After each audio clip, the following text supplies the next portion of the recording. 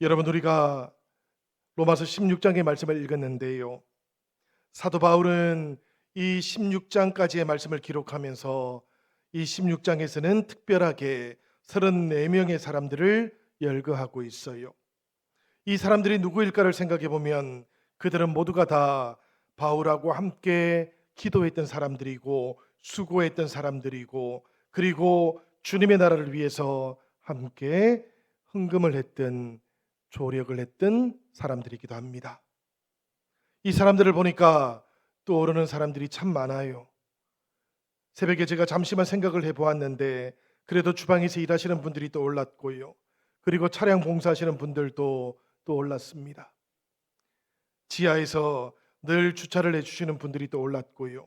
그리고 성도님들이 오시면 가장 먼저 맞이해 주시는 안내위원들도 떠올랐어요. 이분들 뿐이겠습니까, 여러분? 늘 보이지 않아도 우리 방송실에서 수고하시는 분들이 떠올랐습니다. 헌금을 출납해 주시는 재정 우리 부원들을 떠올렸고요. 새가족들이 오시면 가장 먼저 환대해 주시는 새가족 부원들도 떠올랐습니다. 우리 해세드 찬양단도 떠올랐고요.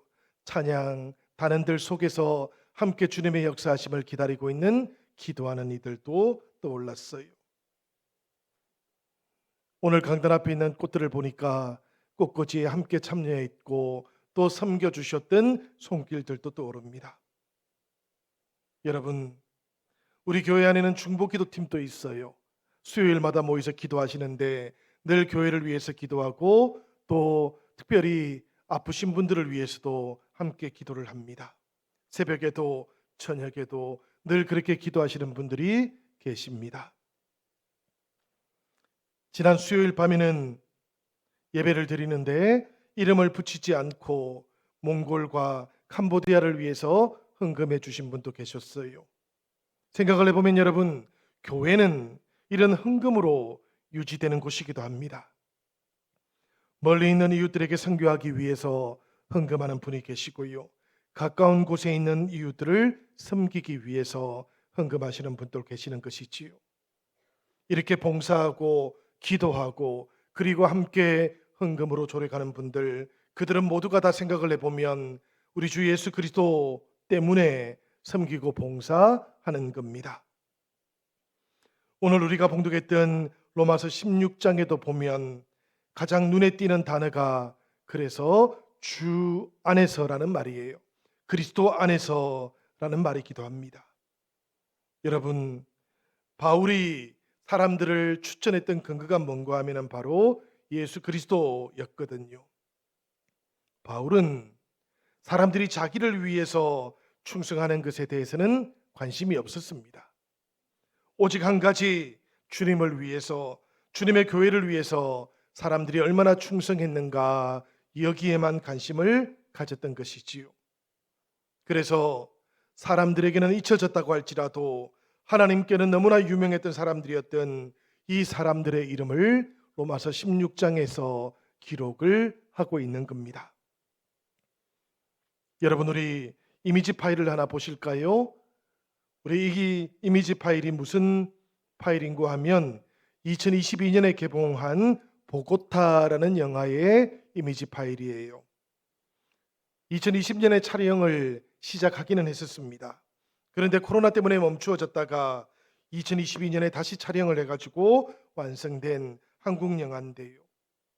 이 영화의 배경이 콜롬비아에 있는 보고타입니다.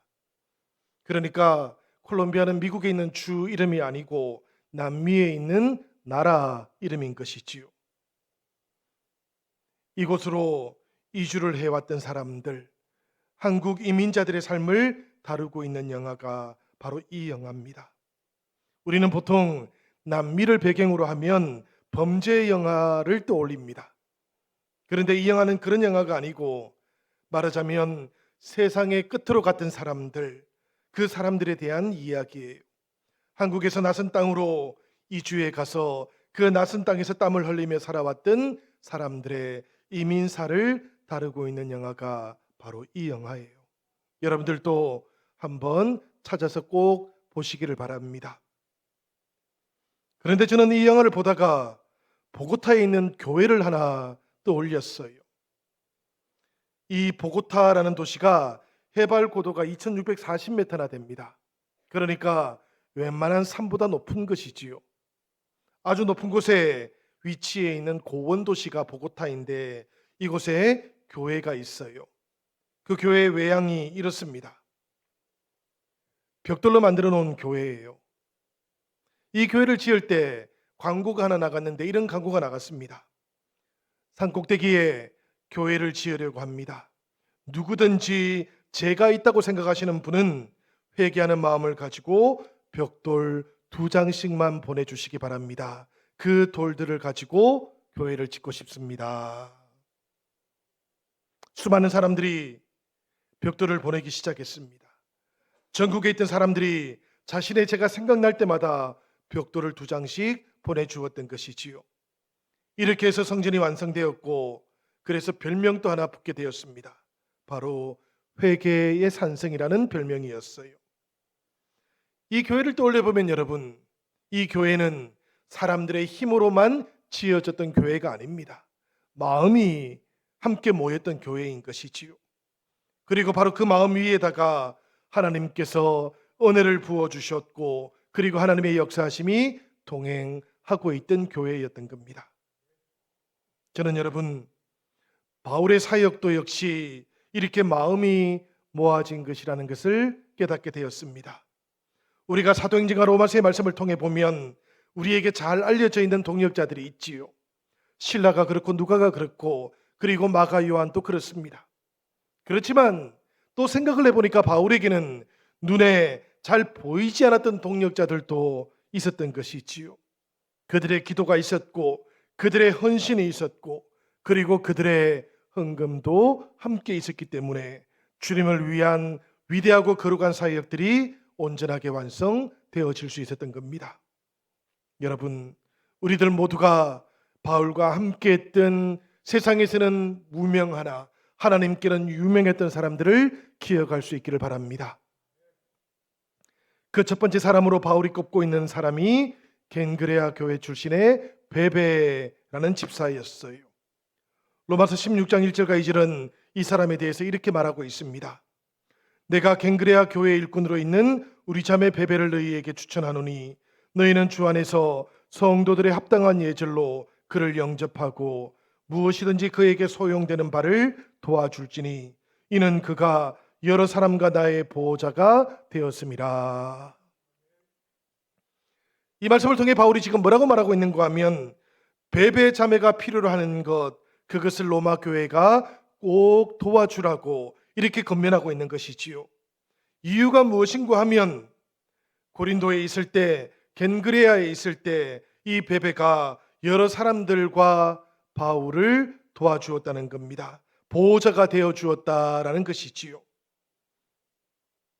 여러분, 우리가 잘 알고 있는 것처럼 바울은 고린도에 있을 때는 자기의 선교비를 스스로 마련했던 사람이었어요. 텐트를 짓던 사람이었지 않습니까? 그런데 사역이 점점 더 많아지기 시작했던 것이지요. 에베소로 오고 난 다음에는 교회를 짓기도 해야 되었고 그리고 흉년을 만난 곳에는 선교비를 보내기도 해야 되었던 겁니다. 그래서 교회들하고 인원을 해가지고 연보라는 것을 거두기 시작했어요. 이 연보라고 하는 것은 여러분 선교비를 의미하는 겁니다. 가난한 이웃들, 가난한 지체들을 돕기 위해서 함께 마음을 모았던 것이지요. 바로 이때 도움을 주었던 사람이 누군가 하면 베베라는 사람이었어요. 이 베베는 겐그레아 교회의 집사로서 겐그레아 항구를 오고 갔던 사람들, 그 사람들을 도와주었던 일꾼이기도 했습니다. 그리고 그 일을 통해서 복음을 가르쳤지요. 자기의 집을 교회로 내어놓기도 했고요. 교인들이나 여행객들에게는 조언을 아끼지 않았던 사람이기도 했습니다. 그러다가 바울이 연보를 모은다라는 그 소식을 듣고는 자신이 가지고 있던 물질도 아끼지를 않았던 겁니다. 그래서 이 베베를 가리켜서 바울은 지금 뭐라고 부르는가 하면 여러 사람과 나의 보호자가 되었다라고 이렇게 말씀하고 있는 거예요. 여러분, 이 말씀 속에 나오고 있는 보호자라는 말은 프로스타티스라는 말이에요. 후원자라는 그런 뜻입니다. 베베는 여러 사람들의 후원자였다라는 것이지요. 그리고 바울의 후원자이기도 했다라는 겁니다. 바울 개인을 위한 후원이 아닙니다, 여러분. 바울이 선교하는 그 모든 선교의 후원자가 되어 주었다라는 그런 뜻이에요. 그래서 바울은 이 베베가 로마로 가게 되었을 때에 이 로마서를 함께 보내었던 것이고, 그리고 로마서의 마지막 장 그 첫 번째 자리에 베베를 언급하고 추천도 하고 있는 것이지요. 여러분, 사실 바울은 베베를 추천하면서 베베에게 소용이 있는 것들, 그것을 로마 교회가 꼭 도와주면 좋겠다고 이렇게 권면을 합니다. 만약에 여러분, 우리 저 땅끝 마을 해남 같은 곳에서 어떤 분이 편지를 하나 들고 우리 교회를 찾아와요. 그리고는 교회를 잘 섬겼는데 이분이 서울에서 생활하는 동안 교회가 좀 도와주고 보살펴주면 좋겠습니다. 이렇게 편지를 들고 오면 여러분들은 어떨 것 같습니까? 사실 요즘하고 옛날의 교회가 참 많이 달라요. 요즘은 목포든지 혹은 광주든지 이런 곳에서 누가 올라오면 우리가 예수님 시대처럼 혹은 바울 시대처럼 마음을 그렇게 나누기가 쉽지가 않습니다. 그런데 바울의 시대는 조금 달랐어요. 남남 같은 사이가 아니었던 것이지요. 서로 경쟁을 하던 사이도 아니었던 거예요. 어느 지역에서 성도가 열심히 교회를 섬겼고 신실했다라는 그런 추천서를 가지고 오면 다른 지역에 있던 교회는 그 사람을 형제 자매로 온전하게 받아들였던 겁니다. 그래서 바울 사도도 이런 추천서를 로마에 보낼 수 있게 되었던 것이지요.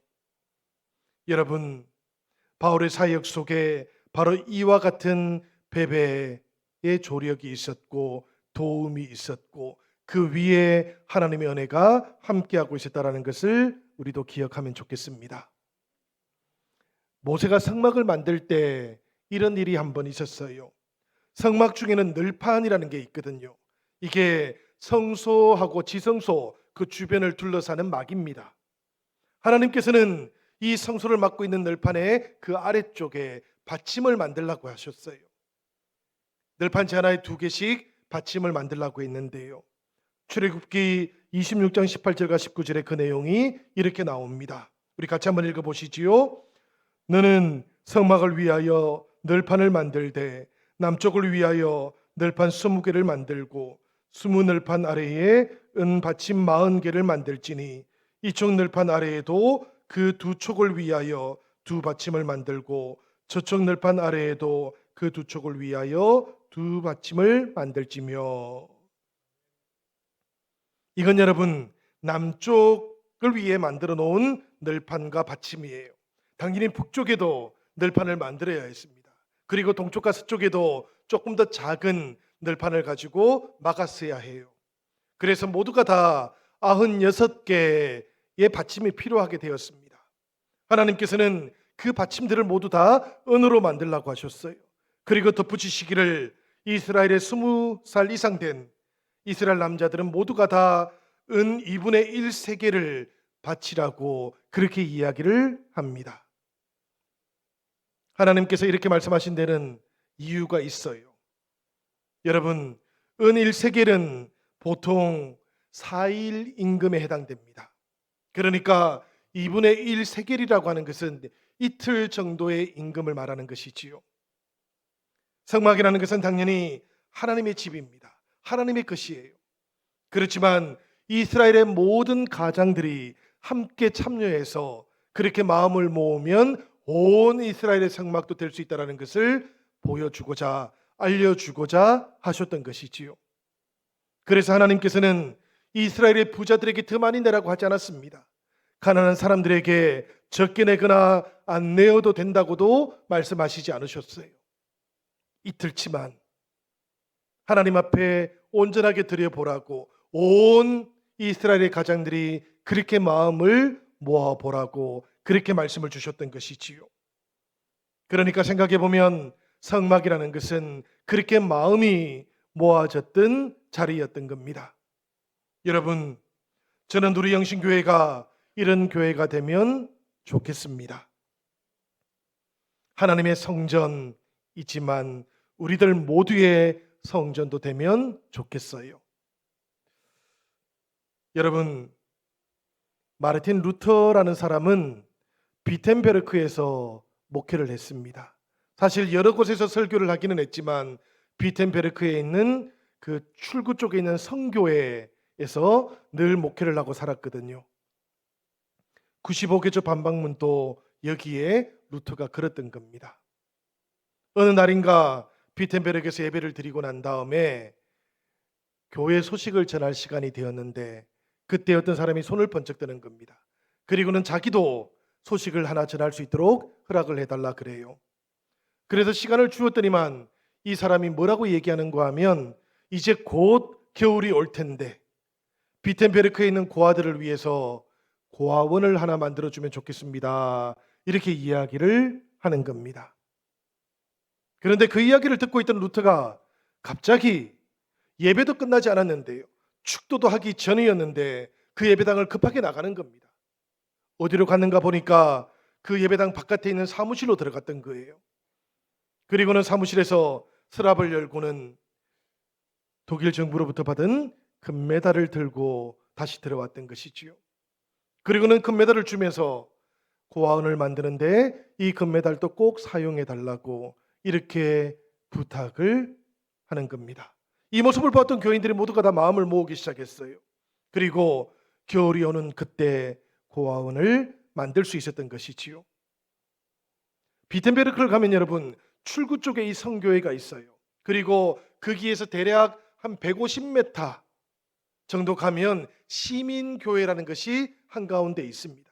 그리고 거기서 또 한 200m 정도 가면 루터하우스라는 곳이 있거든요. 지금 이 루터하우스가 훨씬 더 커졌습니다. 왜냐하면 그곳에 루터가 가르쳤던 사람들이 있었는데 그 사람들의 교실도 루터하우스에 들어와 있고요. 그리고 지금 말씀드렸던 그 고아원도 루터하우스의 일부가 되어 있거든요. 그렇게 독일의 고아원이 처음으로 만들어질 수 있게 되었던 겁니다. 생각을 해보면 비텐베르크의 고아들이 어떻게 돌봄을 받고 그리고 하나님의 자녀로 세워질 수 있었을까? 루터 때문일까? 아니면 사람들 때문일까? 생각을 다시 한번 해봅니다. 제 생각에는 루터 때문이 아니고 그때 함께 마음을 모았던 성도들 때문이라는 생각이 들었어요. 그 성도들의 마음들이 모이기 시작했을 때 하나님의 뜻이 바로 그 비텐베르크를 통해서 온전하게 나타날 수 있었던 것이지요. 여러분, 저는 우리 영신교회도 바로 이와 같은 교회가 되기를 바랍니다. 우리가 이제 결산을 앞두고 있는 때예요. 우리 교회는 결산을 해보면 교회가 운영하기에 딱 맞는 수준까지 결산이 됩니다. 그러다 보니까 우리 교회에서 섬기는 청년들 뿐만 아니라 우리 지역에 있는 이웃들, 그 자녀들 우리가 돌보고 싶은데 그 자녀들에게는 우리가 도움의 손길을 보내지를 못해요. 물론 교회 내에서 우리를 위해 사용하고 있는 예산들을 줄이고 이웃을 위해서 더 많이 사용하면 좋을 것 같습니다. 그렇지만 그것도 어느 날 갑자기 할 수는 없는 일이에요. 교회 예산이라는 것 성도님들에게 미리 의논을 하고 계획을 세워야만 집행할 수 있는 것이기 때문입니다. 그리고 또 생각해 보니까 그렇게 정한다고 할지라도 예산이 그렇게 많은 것도 아니에요. 2025년도를 우리가 앞두면서 우리 교회가 이웃도 섬기고 또 이 지역에 있는 돌봄이 필요한 자녀들에게도 도움의 손길도 전할 수 있는 교회가 되면 참 좋겠습니다. 그리고 동시에 우리 영신교회를 찾아오시는 분들에게도 우리 교회가 따뜻한 품이 있는 그런 교회가 되면 좋겠어요. 여러분, 물론 우리가 가지고 있는 것들을 줄이고 이웃을 돕는 것은 좋은 일입니다. 거룩한 일이기도 합니다. 그렇지만 우리 교회로 와서 쉼을 얻고자 하는 사람들, 평강을 누리고자 하는 사람들에게 또 교회는 당연히 그런 도움의 손길을 함께 나누어야 되는 것이지요. 우리 교회가 그렇게 교회 안에서도 함께 평강을 나누고 그리고 지역의 이웃들을 향해서도 도움의 손길을 함께 나눌 수 있는 그런 베베와 같은 교회가 될 수 있도록 여러분들 모두가 함께 마음도 모아주시고 기도도 해주시고 그렇게 2025년을 맞이할 수 있기를 바랍니다. 두 번째로 바울은 브리스가와 아굴라를 언급하고 있어요. 3절부터 5절까지의 말씀인데요. 우리 같이 한번 읽어보도록 하겠습니다. 너희는 그리스도 예수 안에서 나의 동력자들인 브리스가와 아굴라에게 문안하라. 그들은 내 목숨을 위하여 자기들의 목까지도 내놓았나니 나뿐 아니라 이방인의 모든 교회도 그들에게 감사하느니라. 또 저의 집에 있는 교회에도 문안하라. 바울은 이 브리스가와 아굴라를 어디에서 만났는가 하면 고린도에서 처음으로 만났어요. 그래서 그곳에서 함께 동력을 했었고요. 그런 다음에는 에베소로 왔는데 그때도 함께 따라왔습니다. 그래가지고 에베소에서도 함께 복음을 전하기 시작했는데 바로 그때 바울의 목숨이 위험한 그런 상황을 만나게 되었던 것이지요. 바로 그때 브리스가와 아굴라가 자신들의 목을 걸고 이 바울의 목숨을 구해 주었던 겁니다. 바울은 지금 그때의 일을 떠올리고 있는 거예요. 그리고 이제는 이미 로마로 돌아갔던 브리스가와 아굴라를 떠올리면서 이 로마서를 통해서 다시 한번 감사를 전하고 있는 것이지요. 그런데 여러분, 이 말씀을 보니까 우리의 마음을 이끌고 있는 또 다른 구절이 하나 있습니다. 바로 5절 상반절에 나오는 말씀인데요. 저의 집에 있는 교회에도 문안하라는 말씀이에요. 브리스가와 아굴라는 사실은 고린도에 있을 때에도 자신의 집을 교회로 내어놓았습니다. 에베소에 있을 때도 그렇게 했었습니다. 그런데 지금 로마에 가 있는데 그때에도 브리스가와 아굴라는 자신의 집을 교회로 내어놓고 있었던 것이지요. 그래서 바울은 이 브리스가와 아굴라를 떠올리면서 저의 집에 있는 교회에도 문안해 달라고 이렇게 부탁을 하고 있는 겁니다. 생각해 보면 여러분, 이런 브리스가와 아굴라가 없었다면 바울이 우리 주님의 거룩한 일을 온전하게 감당했을까 그런 생각이 들어요. 테레사 수녀에게는 여러분 함께 기도하며 동력했던 성도들이 있었습니다. 그들이 늘 나병 환자들을 보면서 병원을 하나 만들면 좋겠다 이런 기도 제목이 있었거든요. 그렇게 기도를 하고 있었는데 어느 날 교황이 캘크타에 찾아온 겁니다. 그리고는 테레사 수녀와 함께 동행하고 있던 사람들의 그 섬기는 모습을 보고 감동을 받았어요. 그렇게 감동을 받고는 자신이 타고 왔던 아주 귀한 자동차를 선물하고 돌아갔는데요. 여러분들 같으시면 캘크타에서 그 인도 캘크타에서 그 귀한 자동차를 탈 수 있었겠습니까? 테레사 수녀는 그 자동차를 타지 않았어요. 사실은 타지 못했던 것이지요. 그곳에 있던 가난한 사람들을 보면서 그런 차를 탈 수 있는 마음이 생기지를 않았던 겁니다.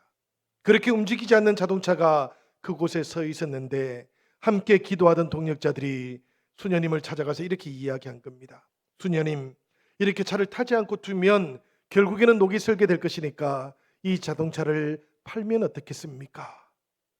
그래가지고 이 자동차를 팔겠다 그런 이제 소식이 전해지기 시작했어요. 이 소식이 전해지니까 많은 사람들이 이 자동차를 사려고 했습니다. 왜 그런가 하면 교황이 탔던 자동차 아닙니까? 가치가 자꾸 올라가는 것이지요. 나중에는 박물관에도 기증할 수 있는 그런 자동차였던 겁니다.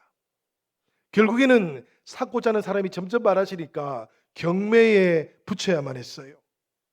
바로 그때 이 경매를 진행했던 사람이 이렇게 이야기를 하는 겁니다. 여러분, 이 자동차는 정말로 귀중한 자동차입니다. 교황이 탔던 자동차거든요. 그리고 지금은 테레사 수녀가 가지고 있는 자동차이기 때문입니다. 그리고 앞으로는 이 자동차를 통해서 나병 환자들이 치료받을 수 있는 병원이 만들어지게 될 겁니다. 그러니 얼마나 소중한 자동차입니까? 이 자동차 안에 주님께서 계시겠습니까? 계시지 않겠습니까?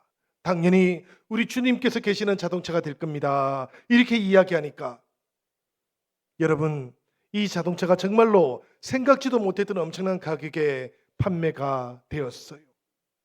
그리고 이 자동차를 팔았던 그 돈을 가지고 캘커타에 나병 환자를 위한 병원이 세워지게 되었던 건데요. 생각을 해보면 교황 때문에 병원이 지어졌을까? 아니면 테레사 수녀 때문에 지어졌을까? 그렇지 않았던 것 같습니다.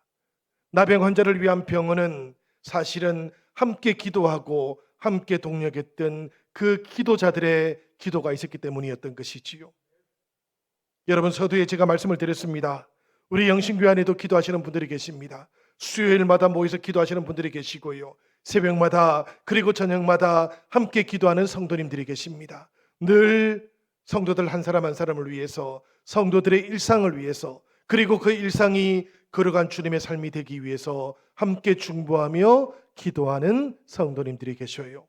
우리 교회가 여러분 이 지역 사회 가운데에서 우리 주님의 온전하신 뜻을 이루고 나타내는 교회가 될 수 있다면 그것은 바로 이렇게 기도하시는 성도님들이 계시기 때문이라는 것을 우리들 모두가 함께 기억해 주시기를 바랍니다. 이어지는 말씀을 보니까 16절에는 그 외에도 수많은 사람들의 이름이 함께 나오고 있는데요. 소아시아에서 처음으로 그리스도를 영접했던 에베네도가 나오고 많이 수고했던 마리아도 나옵니다. 그리고 바울의 친척이었던 안드로니고와 유니아라는 사람도 나오고요. 그리고 아리스토블로의 집안 사람들도 언급되고 있어요. 그런가 하면 여러 종들의 이름도 함께 언급이 됩니다. 헤로디온이라는 사람 종의 이름이에요. 나기수의 가족들 중에서 주님을 영접했던 사람들도 모두가 다 그런 사람들입니다. 두르베나와 두르보사 그리고 페르시아인이었던 버시도 바로 종이었던 사람들이었습니다. 바울은 여기에 또 덧붙여서 예수님 대신에 십자가를 지었던 구레네 사람 시몬의 자녀들 루포와 어머니를 함께 언급하고 있지요. 심지어 루포의 어머니를 바울은 자신의 어머니라고도 부르고 있기도 합니다. 여러분, 이 사람들이 모두 다 어떤 사람들이었을까 생각을 해보면 주님을 위해서 바울과 함께 동력했던 사람들, 자신의 수고를 아끼지 않았던 사람들이었다는 것을 깨닫게 됩니다. 여러분, 바울은 한 번도 혼자 다녔던 적이 없던 사도였어요. 바나바가 함께하기도 했고요. 그리고 실라가 함께하기도 했습니다. 그리고 사도행전을 기록했던 누가가 함께 동행하기도 했고 때로는 마가 요한이 함께 있기도 했습니다. 마가 요한은 처음에도 함께 했지만 바울이 로마에 갇혀 있을 때에도 함께 했었어요. 그리고 오늘 말씀 속에 나오고 있는 34명의 동력자들, 이 사람들 모두가 다 바울하고 함께 동력을 했던 사람들이었던 것이지요. 여러분, 이 사람들은 생각을 해보면 모두가 다 이름만 알고 있는 사람들이기도 합니다. 세상에서는 잊혀졌던 사람들이기도 해요. 그렇지만 또 생각해보면 이 사람들은 모두가 다 하나님 앞에서는 유명했던 사람들입니다. 하나님 앞에서는 이름이 나타났던 사람들이었고 귀하게 존중받던 사람들이기도 했었습니다. 이런 사람들을 가리켜서 필립 얀시는 낮은 보수와 긴 작업을 했고 그리고 박수를 받지 못했던 사람들이었지만 그러나 하나님 나라의 위대한 사역을 감당했던 사람이라고 그렇게 말하고 있는 것이지요. 여러분, 우리들 모두가 그렇게 하나님 나라를 위해서 부름을 받은 사람들입니다. 우리들 영신교회 모든 성도들이 한 사람 한 사람 빠짐없이 우리 아버지 하나님께서 귀하게 여기시는 사람들이고 그 이름이 이미 하나님 앞에서는 유명해진 사람들이라는 것을 기억하시길 바랍니다. 우리 주의 은혜와 역사가 그래서 우리들 모두와 함께하고 우리 영신교회와도 늘 함께하는 것이에요. 이런 은혜가 우리 모든 성도들과 2025년에도 함께할 수 있기를 우리 주님의 이름으로 간절히 축원드립니다.